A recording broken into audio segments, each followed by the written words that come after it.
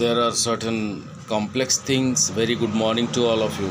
There are certain complex things about grammar we gradually come across on the process, and to understand all those things we should have know certain things about grammar, because we are trying to know a particular language and the development of the grammar of that language. So we have to know certain things about that language and that grammar, so that we can think while we are going through. Grammar is then a demonstration. That means something that shows clearly that something exists or it's true. Something exists or it's true. Grammar is then a demonstration of the complexity of the human mind. It's true just like other things. It's true from the very early time. It's continuing when one group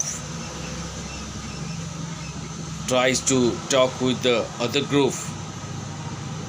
There was a special format, or you can say a translator, that they can communicate, and it's developing gradually, and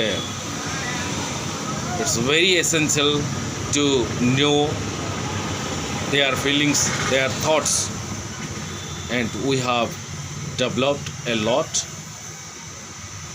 But still there are certain groups are there, peoples are there, they are unable to communicate because of poverty, lack of education, and nobody going to push them, or nobody trying to take interest that these groups, these people should know something about the other language and they can communicate. It is something that evolved as we evolved. Just human civilization evolved, the grammar is also evolved. It is a product of nature. You can say it's a product of nature. It's Almighty's gift to human being, that you will be busy yourself to know, to understand each other, and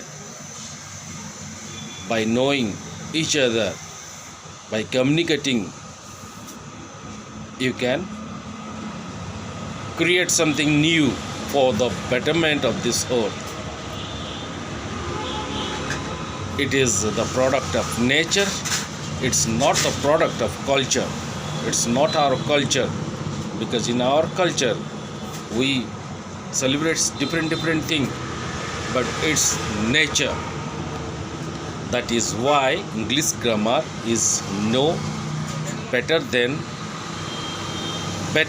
and no worse than other grammar like Greek grammar, Latin grammar, Sanskrit grammar, and there are a lot of grammar on this earth.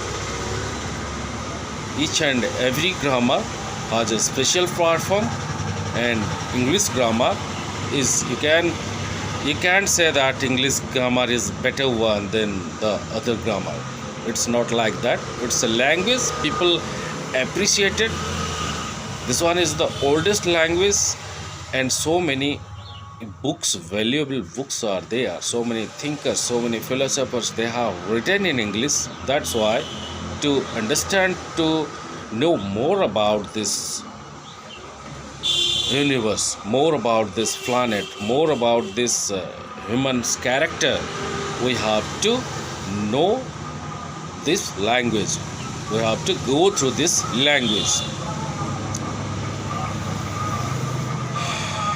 So, what are the basic feature of English grammar?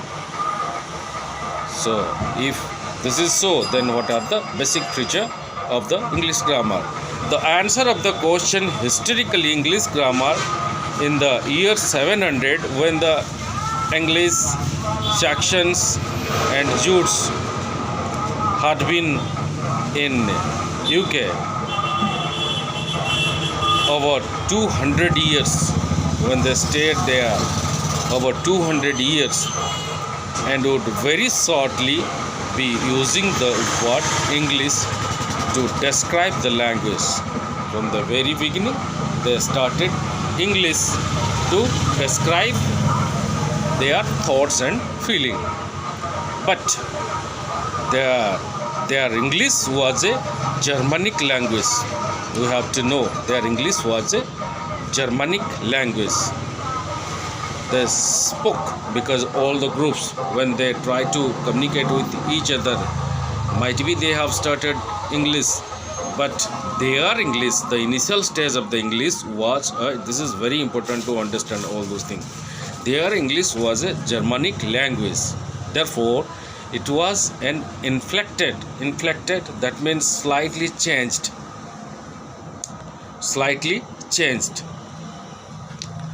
inflected language with noun as 3 genders. Certain changes we found in that early times grammar. Inflected with nouns as 3 genders, masculine, feminine and neuter. Their nouns had 4 case ending.